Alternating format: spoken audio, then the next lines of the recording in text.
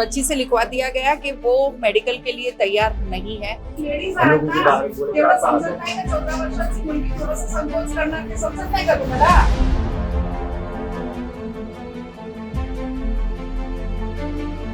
चीकू कैसे काम करना है, भले से कोई आए नहीं आए। नौघर पुलिस स्टेशन ने इस विषय को लाइटली लिया। पुलिस ने भी अपनी ड्यूटी नहीं की और डॉक्टर ने भी नहीं। दोस्तों, सरकारी अस्पताल किस लिए होता है, किस लिए बनता है? सरकारी अस्पताल इसलिए बनता है क्योंकि जो आम जनता है, जो किसी बड़े अस्पताल में जाकर इलाज का खर्चा नहीं उठा सकती, वो कम से कम सरकारी अस्पताल में आएगी और उसका तुरंत जो है इलाज कर दिया जाएगा, या कम से कम उसको परेशानी क्या है देखा जाएगा, आगे उसको रेफ़र किया जाएगा। लेकिन मीरा भाईंदर का हाल कुछ और चल रहा है दोस्तों। मीरा भाईंदर का सबसे बड़ा चर्चित अस्पताल पंडित भीमसेन जोशी अस्पताल, जिसको टेमा हॉस्पिटल भी कहते हैं दोस्तों, ये जो हॉस्पिटल है, इसमें आज एक मामला सामने आया और ये जो मामला है बेहद गंभीर है। मामला ये है कि 14 वर्ष की बच्ची, जिसे आप कहेंगे कि नाबालिग है, और 14 वर्ष की वो जो बच्ची थी, उसके साथ, इसी के साथ साथ ये भी कहा जा रहा है कि जो लड़का है वो 20 साल की उम्र उसकी थी, और इसी के साथ साथ जिसने उसके साथ दुष्कर्म करने की कोशिश की वो, उसका धर्म अलग है, वो मुस्लिम समुदाय से आता है और जो लड़की है वो हिंदू समुदाय से आती है, ऐसा कहना है अभी तक। ये जो जितनी भी बातें जो है सामने आ रही है। अब इसके अलावा मामला ये है कि रात के समय में जो बच्ची है 14 साल की, उसको लेकर उसके माता पिता हॉस्पिटल आते हैं, और हॉस्पिटल में अंदर जब जाते हैं तो उनको अंदर लेने से मना कर दिया जाता है, और बहुत सारी फॉर्मेलिटीज़ जो है वो निभाने के लिए जो है कहा जाता है। 3 घंटे तक, 2 घंटे तक उसको उस परिवार को इंतज़ार कराया जाता है, जो अपने आप में गंभीर है। मान लीजिए ये मामला नहीं, कोई और मामला होता, इमरजेंसी का मामला होता। ऐसी कई शिकायतें इस अस्पताल से सामने आ चुकी है, जहाँ पर यही सारी चीज़ें आती है कि मरीज़ आया और मरीज़ ने 10 घंटे तक इंतज़ार किया और उसको अंदर जो है नहीं लिया गया, और बहुत सारे केसेस ऐसे आ चुके हैं। तो सबसे पहले तो सवाल यही है कि ऐसे केसेस क्यों आ रहे हैं, ये थमेंगे कब, ये सबसे बड़ा सवाल है। लेकिन अभी फिलहाल इस पूरे मामले को लेकर मीरा भाईंदर की विधायक गीता भरत जैन टेमा हॉस्पिटल आई, और यहाँ उन्होंने इंस्पेक्शन किया, यहाँ पर अधिकारियों से उन्होंने बात की, ये भी जानने की कोशिश की कि ऐसा क्यों हुआ है और इसके पीछे का रीज़न क्या है। क्या स्टाफ को ये पता नहीं है कि अगर इमरजेंसी का ऐसा कोई मामला आता है तो उन्हें तुरंत इस पर एक्शन लेना चाहिए? क्या कुछ हुआ है दोस्तों, आपको वीडियो दिखाते हैं क्या कुछ कहा गया है, या वीडियो देखिए। पूर्ण प्रशासन की गैर जिम्मेदाराना है।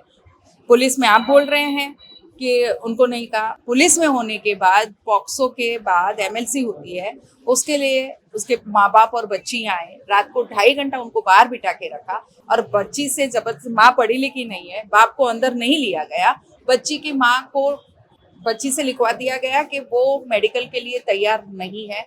ऐसे लिखवा के उनको रात को वापस घर पे भेजा गया। आज सुबह से वो यहाँ से वहाँ से यहाँ चक्कर काट रहे हैं, जबकि पुलिस स्टेशन से जैसे ही ऐसा कोई केस पॉक्सो वगैरह का होता है, सबसे पहले होता है कि उनको एडमिट कर दो, without asking a question you have to admit. क्योंकि कभी कभी विक्टिम डरा हुआ होता है, कभी कभी वो मानसिक स्थिति में, अभी बहुत छोटी उम्र की लड़की है, संकोच भी करेगी, मानसिक तैयार भी नहीं होगी। होता क्या है, लिखवा लेते हैं, लड़की तैयार नहीं, लड़की नहीं होने वाली है तैयार, 14 साल की बच्ची है, उसको आप पहले काउंसिल करो, शांति से एडमिट करिए, सोनोग्राफी करिए, उसके बाद आप उसका चेकअप करिए। वो सब नहीं, डायरेक्ट लिखवा दिया जाता है कि ये तैयार नहीं है, और उनके छूट जाते हैं उनके, जबकि ये रूल फॉलो करना होता है, वो नहीं किया गया। इसकी वजह से आज हम लोगों को यहाँ आना पड़ता है। मैं आई, रुपेश का फोन आया, मेरे को बोले ऐसे हो रहा है, मुझे यहाँ आना पड़ता है, बजरंग दल वालों को आना पड़ता है, तभी क्या प्रशासन जगेगा और काम करेगा क्या? यानी हर बार हमको प्रत्येक विक्टिम के साथ ऐसा हो गया है कि अब हम आएंगे तभी प्रशासन जाग के काम करेगा क्या? रूल फॉलो नहीं करना है क्या? पॉस्को का मामला है और बहुत ही बारीकी मामला है, इसमें लेडी पुलिस भी यहाँ पे नहीं आती है, ना ही किसी तरीके का support। नहीं, रात को लेडी पुलिस थी। अभी 2-3 दिन से अभी मुझे तड़वी जी ने ये कहा कि बार बार ये संज्ञान लेने पे, मैंने डीसीपी से खुद बात की थी, पुलिस कंटिन्यूस बैठ रही है। बच्ची के साथ लेडीज पुलिस थी, लेकिन उसने भी अपनी ड्यूटी नहीं की। ये लिखवा के उसको सबसे पहले डॉक्टर को ये बोलना था कि बच्ची को आप एडमिट करिए, वो खुद इस बात से अग्री हो गई कि जाओ घर पे। सबसे पहले तो बच्ची को एडमिट करना चाहिए था आपको, वो नहीं किया। पुलिस ने भी अपनी ड्यूटी नहीं की और डॉक्टर ने भी नहीं की, यानी कि पूरा का पूरा गलती पुलिस प्रशासन का भी है और डॉक्टर का भी है। प्रशासन की लापरवाही पर कोई एक्शन, सख्त एक्शन लेने की जरूरत अभी शो कॉज उस डॉक्टर को दे रहे हैं, देखते हैं आगे किस तरह से। और हम कोशिश ये करेंगे कड़ी से कड़ी उनको भी सजा हो, क्योंकि इस तरह से एक दो सजा नहीं होगी तब तक मुझे लगता है प्रशासन भी अपनी नींद से नहीं जागेगा। मैडम, जिस तरह डॉक्टर भी लापरवाही बता रहे हैं उस तरह पुलिस कर्मचारियों की भी लापरवाही है, तो अपने काम में लापरवाही बरतने के लिए क्या कार्रवाई करने की मांग करें, क्या बोलते हैं? मैं सीपी साहब से इस बात की बात करूंगी कि आप इस तरह से जो कम से कम ऐसे नाजुक मामलों में, ऐसे सेंसिटिव मामलों में इस तरह से अगर होता है तो उसके लिए आपको भी अपने सभी, ये मुझे लगता है नया नया एडमिशन होगा, पुलिस भर्ती में आई होगी, उसको ही कायदा नहीं मालूम है कि एमएलसी को एडमिट कराना चाहिए। वो मुझे बोलती है कि नहीं मैंने भेज दिया, मैंने फोन पे बात की अभी। मैम, यहाँ पे जो डॉक्टर है उन पर भी किसी तरीके का मामला दर्ज है, ऐसी भी खबर है हम तक? जी, हमें तड़वी जी ने बताया कि वो पहले ही उनपे भी पॉक्सो का मामला ऐसा कुछ दर्ज था ही, उसकी वजह से। ऐसे लोगों को फिर प्रशासन किस तरीके से नियुक्त करता है? देखिए, अब नियुक्त हो गए तो अब हम क्वेश्चन करेंगे कि इस तरह से ये बार बार गलती करने के लिए उनको रखा गया है क्या। मैम, अब पुलिस प्रशासन आगे इस मामले को किस गंभीरता से लेती है? अब वो सीपी सर से बात करती हूँ कि उसे गंभीरता से लेना चाहिए। बार बार हमारे यहाँ इसी तरह की चीजें होती है। तो जैसा आपने वीडियो में देखा कि गीता भरत जैन ने अपने बयान में क्या कहा। इसके अलावा आपकी जानकारी के लिए बताना चाहेंगे कि गीता भरत जैन का ये कहना था कि उनके पास ये जो पूरा मामला है ये लेकर बजरंग दल के लोग आए थे। उन्होंने क्या कुछ कहा, उन्होंने भी अपने बयान दिया है, वो भी आपको सुनाते हैं। ये वीडियो भी देखिए आप। सबसे पहले तो क्या होता है, जब कोई भी विक्टिम, जैसे कि एक बहुत बड़ा सेंसिटिव विषय था, लव जिहाद की विक्टिम थी ये, जिसके साथ पॉस्को घटा था, उसकी जानकारी हमें मिली। हमने बच्ची को कल रात को मेडिकल के लिए भेजा पुलिस प्रशासन के साथ में।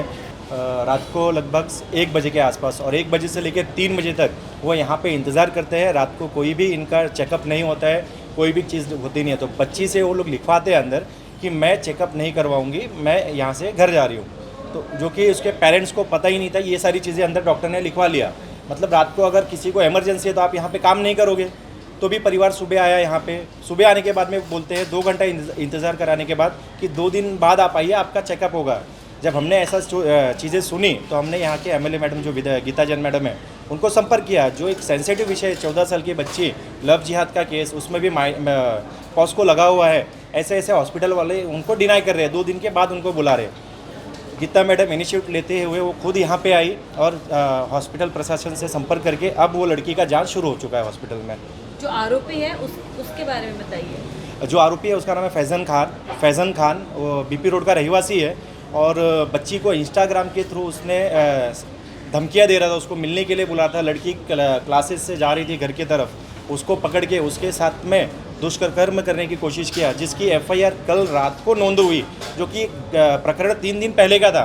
नवघर पुलिस स्टेशन ने इस विषय को लाइटली लिया और सिर्फ एनसी लेके विषय को छोड़ दिया। जब ये प्रकरण हमारे पास आया, पीड़ित परिवार हमसे संपर्क किया तो हमने वरिष्ठ अधिकारियों से संपर्क करके इसमें एफआईआर दर्ज करवाई। आपको लगता है कि नवघर पुलिस स्टेशन की पूरी लापरवाही है इस मामले में? बिल्कुल, ये नवघर पुलिस स्टेशन का पहला घटना नहीं है। नवघर पुलिस स्टेशन में ऐसे कितने सारे घटने हैं कि जहाँ पे पहले पीड़ित परिवार जाता है तो उनकी एफआईआर नहीं ली जाती है।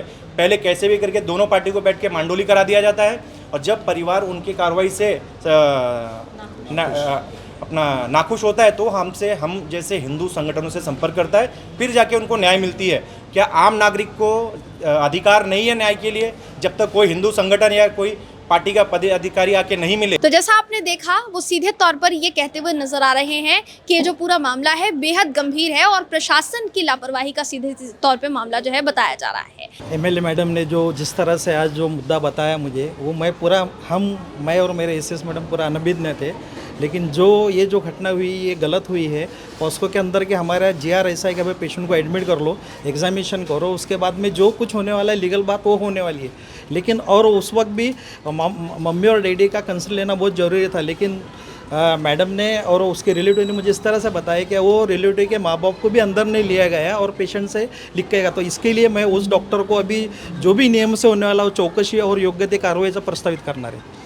सर, आपके में पहला ऐसा मामला नहीं है, ये इससे पहले भी बहुत सारे ऐसे मामले आ चुके हैं, तो आप लोगों ने अभी तक क्या संज्ञान लिया?